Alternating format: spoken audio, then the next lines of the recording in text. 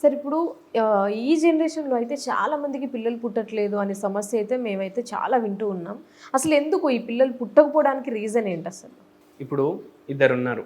ఒక అమ్మాయి, ఒక అబ్బాయి. వాళ్ళ పెళ్లి కుదిరింది. పెళ్లి చేసుకున్నారు.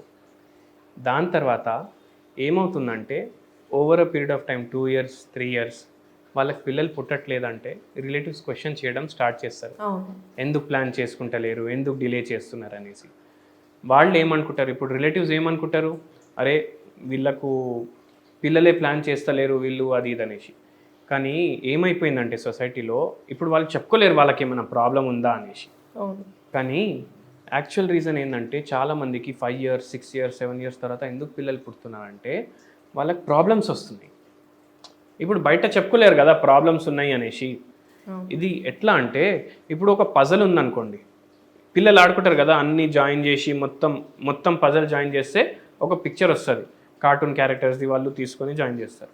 సో ఏమవుతుంది ఒక్కొక్కసారి కొన్ని అవి పోతాయి, ఆ పజల్ కంప్లీట్ అయ్యే పీసులు కొన్ని పోతాయి అన్నమాట. సో అప్పుడు ఏమవుతుంది, ఆ పజల్ కంప్లీట్ కాదు. అట్లనే ఏమవుతుందంటే మ్యారేజ్ ఎప్పుడైతే ఇద్దరు చేసుకుంటారో వాళ్లకు ఒకవేళ ఒక టైం తర్వాత పిల్లలు పుట్టకపోతే వాళ్ళు కూడా మెంటలీ డిస్టర్బ్ అయిపోతారు, వాళ్ళ లైఫ్స్ డిస్టర్బ్ అయిపోతాయి. ఎందుకంటే మ్యారేజ్ ఒకవేళ కంప్లీట్ అవ్వాలంటే, ఫ్యామిలీ కంప్లీట్ అవ్వాలంటే అందరు ఏమనుకుంటారు, పిల్లలు ఉండాలి. అవును. వాళ్ళు మ్యారీడ్ అయినాక పిల్లలే అవ్వకపోతే వాళ్ళ లైఫ్స్ కూడా ఇన్కంప్లీట్ అయిపోతాయి. దానికి వేరే వేరే కాజెస్ ఉన్నాయి. ఇప్పుడు ఒక్కొక్కసారి ఏమవుతుంది, లేడీస్లో ప్రాబ్లమ్స్ ఉంటాయి, ఒక్కొక్కసారి జెంట్స్లో ప్రాబ్లమ్స్ ఉంటాయి. అంటే ఇప్పుడు పెళ్ళైన తర్వాత ఒక ఒక 2, 3 ఇయర్స్ తర్వాత పిల్లలు పుట్టకుంటే అంటే ఇద్దరికీ ప్రాబ్లం ఉండొచ్చు సార్. అంటే అబ్బాయికి ఉండొచ్చు, అమ్మాయికి ఉండొచ్చు. ఒకవేళ అమ్మాయికి ఉంటే ఎలాంటి ప్రాబ్లమ్స్ ఉంటాయి?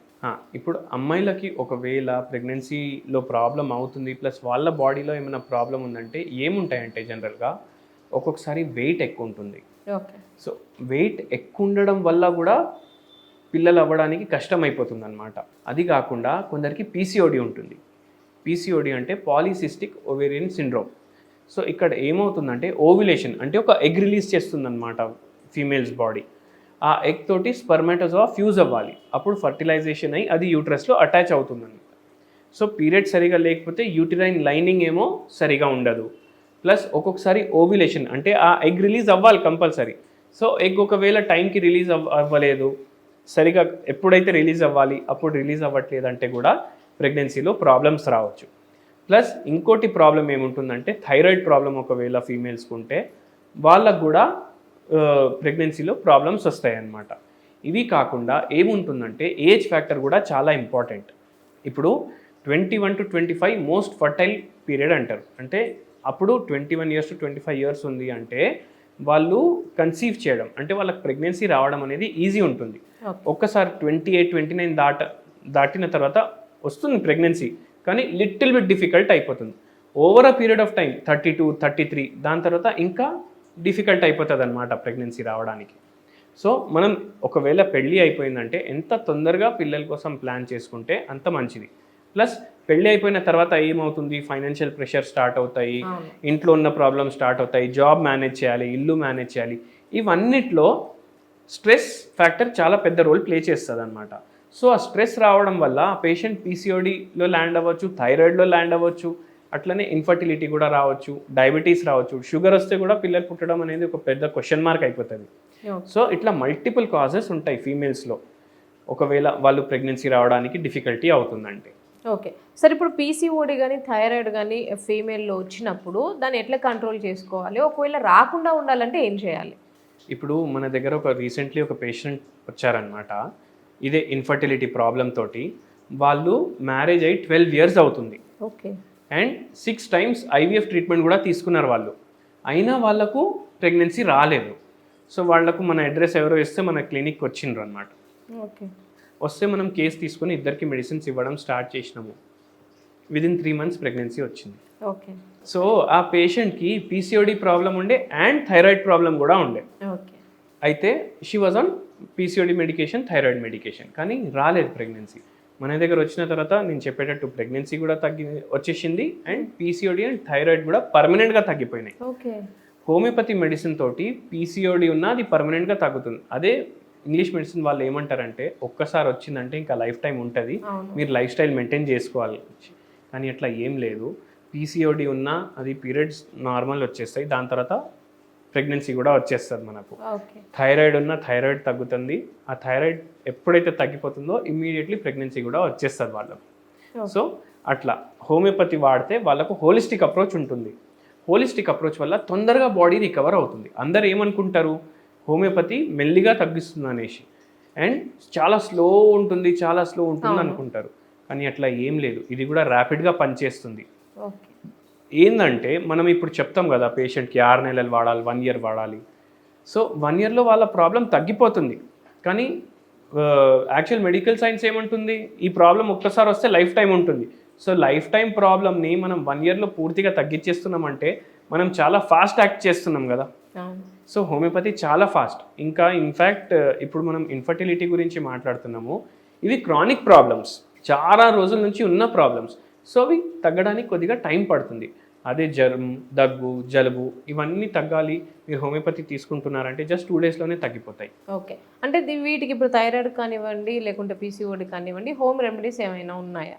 ఇప్పుడు థైరాయిడ్ పేషెంట్స్, పీసీఓడి పేషెంట్స్ వాళ్ళకు ఒకవేళ పీరియడ్స్ రావట్లేదు, వెయిట్ పెరుగుతున్నారు, అండ్ వాళ్ళకు ఏదైనా రిలీఫ్ ఉండాలి అంటే వాళ్ళు ఏం చేయొచ్చు అంటే అశ్వగంధ అనేసి ఒక హోమియోపతి మెడిసిన్ ఉంటుంది. అది daily 5 drops in 1 cup of water 1 time morning కానీ నైట్ కానీ తీసుకోవాలి. వాళ్ళకు ఆటోమేటిక్ పీరియడ్స్ నార్మల్ రావడం స్టార్ట్ అవుతాయి. సో ఇక్కడ మనం సిమ్టమ్ని సాల్వ్ చేస్తున్నాం. కానీ హోలిస్టిక్గా అది తగ్గాలంటే మీరు హోమియోపతి డాక్టర్ని కలవాలి. మీరు నాకు కూడా కలవచ్చు, అండ్ ట్రీట్మెంట్ కూడా ఉంటుంది, పర్మనెంట్గా తగ్గుతుంది అన్నమాట. Okay sir. అదేవిధంగా పిల్లలు పుట్టకపోవడానికి అబ్బాయి కూడా ఒక మెయిన్ రీజన్ అయి ఉండొచ్చు. అబ్బాయిలో అంటే ఎలాంటి లక్షణాలు ఉంటే ఇలా పిల్లలు పుట్టడానికి లేట్ అవుతుంది? ఇప్పుడు ఒక్కొక్కసారి అమ్మాయిలకి ప్రాబ్లం అవుతుంది, ఒక్కొక్కసారి అబ్బాయిలో కూడా ప్రాబ్లం అవుతుంది. అండ్ అబ్బాయిలో ప్రాబ్లం ఉంటే ఏం అయిపోతుందంటే, అరే మీ అబ్బాయిలో ప్రాబ్లం ఉంది, మీరు పెళ్లి ముందు చెప్పలేదు అనేసి చాలామంది డివోర్స్ కూడా ఫైల్ చేస్తారు. సో అట్లా చేయకండి, అన్నిటికీ ట్రీట్మెంట్స్ ఉంటాయి. ఇప్పుడు అబ్బాయిలకు కూడా ప్రాబ్లమ్స్ ఉండడం వల్ల ఒక్కొక్కసారి ప్రెగ్నెన్సీ కన్ఫర్మ్ అవ్వదు. అది ఏమేమి ప్రాబ్లమ్స్ ఉంటాయి, ఒకటి ఇరెక్టైల్ డిస్ఫంక్షన్ ఉంటుంది, ఇంకోటి ఏమో స్పర్మ్స్ ఉంటాయి కదా, దాంట్లో ఎంత కౌంట్ ఉండాలి దానికన్నా తక్కువ కౌంట్ ఉంటుంది కొందరికి కౌంట్ అసలు ఉండదు, కొందరికి ఏమో వాళ్ళ సీమెన్ ఉంటుంది కదా దాంట్లో ఇన్ఫెక్షన్ అయిపోతుంది, దానివల్ల స్పర్మ్స్ కూడా ఇన్ఫెక్ట్ అయిపోతాయి, దానివల్ల కూడా ఒక్కొక్కసారి ప్రెగ్నెన్సీ అనేది రాదు. అండ్ ఒక్కొక్కసారి ఏమవుతుందంటే స్పర్మ్స్ ఫీమేల్ బాడీలో ఎంటర్ అయినాక అవి ఫాలోపియన్ ట్యూబ్యూల్స్ ఎక్కడైతే ఎగ్ ఉంటుంది కదా అక్కడ వరకు పోవాలి, దానికోసం అవి స్విమ్ చేసి పోతాయి అన్నమాట. సో దానికి మొటిలిటీ ఉండాలి, కరెక్ట్ వేలో అది స్విమ్ చేసి పోవాలి ఆడ వరకు. సో ఆ స్పర్మటోజోవా అంత మొటైల్ ఉండవు, అంత ఫ్రీగా మూవ్ అవ్వవు, అప్పుడు కూడా ఇటువంటి ప్రాబ్లమ్స్ రావచ్చు అన్నమాట. సో ఇవి కొన్ని కారణాలు మేల్స్లో ఏదైతే ఇన్ఫర్టిలిటీకి లీడ్ చేస్తాయి కదా, ఇవి కొన్ని కారణాలు. ప్లస్ ఇప్పుడు ఈ స్పర్మ్ కౌంట్ ఎందుకు తగ్గుతుంది, స్పర్మ్ క్వాలిటీ ఎందుకు డిఫర్ అవుతుంది, మోటిలిటీ ఎందుకు డిస్టర్బ్ అవుతుంది, దీని స్ట్రక్చర్ ఎందుకు చేంజ్ అవుతుంది, ఎందుకు నార్మల్ ఉండదు అంటే చాలామంది స్మోకింగ్ చేస్తారు, ఆల్కహాల్ తీసుకుంటారు, కొందరికి షుగర్ ప్రాబ్లం ఉంటుంది, కొందరికి బీపీ ప్రాబ్లం ఉంటుంది, కొందరికి ఏమో బై బర్తే స్పర్మటోజోవా ఎట్లయితే ప్రొడ్యూస్ అవ్వాలి టెస్టిస్ ఉంటాయి కదా దాంట్లో కొద్దిగా డిఫెక్ట్ ఉంటుంది. సో ఇవన్నిటికీ ట్రీట్మెంట్స్ ఉన్నాయి హోమియోపతిలో, అండ్ ఇవి తగ్గుతాయి అన్నమాట. ఓకే సార్, ఎలాంటి న్యాచురల్ హోమియోపతి మెడిసిన్ ఉంటుందో బాగా ఎక్స్ప్లెయిన్ చేశారు. Thank you so much sir. Thank you.